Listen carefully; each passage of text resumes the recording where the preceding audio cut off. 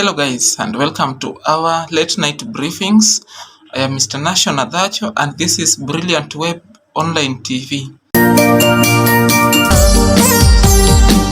Our headlines this night will be as follows. Several feared dead as 4 vehicles burst into flames along Narok-Mai Mahiu highway.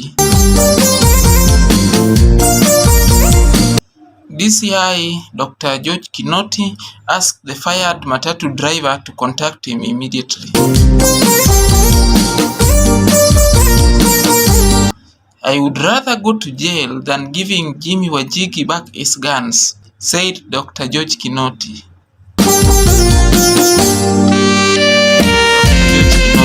The Director of Criminal Investigations, Dr. George Kinoti, has expressed interest in meeting a matatu driver who was sacked on Friday, the 19th of November, for attempting to report intoxicated students to the police.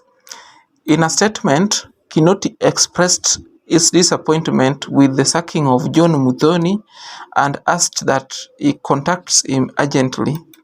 Muthoni had made a decision to drive 14 rowdy and intoxicated students to the police after he realized he could not contain them. The 14 students jumped from the windows of the moving matatu before Muthoni could reach report desk.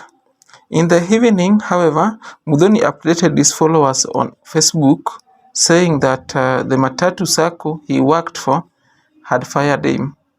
Muthoni is requested to contact the DCI director urgently through the toll-free hotline or present himself at the DCI headquarters along Kiambu Road on the 29th of November.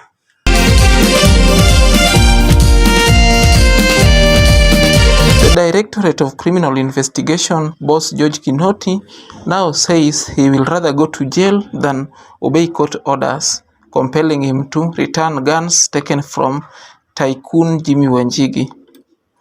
On Thursday, the 18th of November, Justice Anthony Mrima sentenced Kinoti to 4 months in prison for contempt of court after he failed to return Wanjigi's firearms.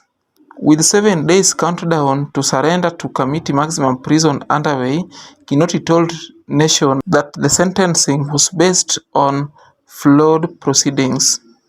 First, the DCI boss argued that the Firearm Licensing Board on 31st of January 2018 revoked Wanjigi's license and therefore he is not allowed to own any firearm until the license is reinstated.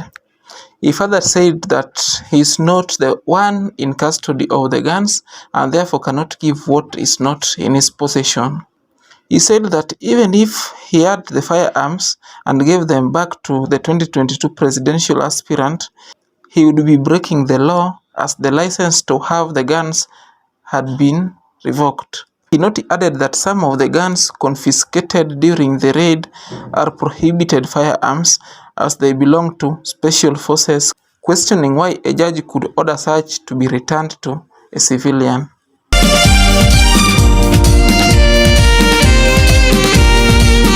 Welcome back. Several people feared dead after 4 vehicles burst into flames at Ntulele in Narok County. The vehicles plying the busy Narok-Mai Mahiu highway were involved in a traffic road crash on the night of Saturday, the 20th of November.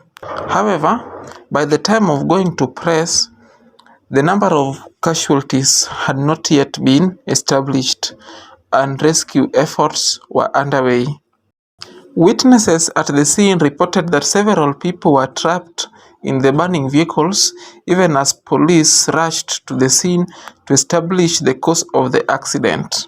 Multiple reports indicated that the area residents, commuters, and other motorists were aiding emergency service providers to extinguish the fires and save passengers who were caught in the furnace.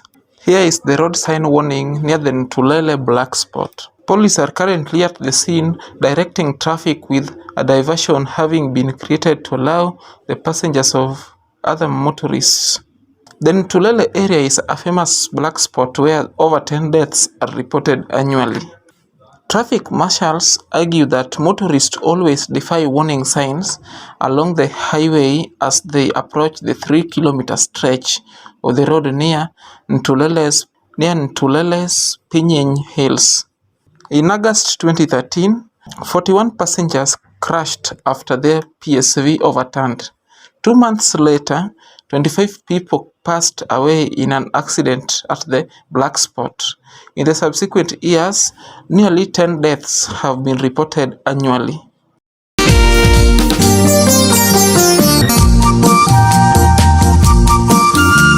Thank you very much and see you in the later news.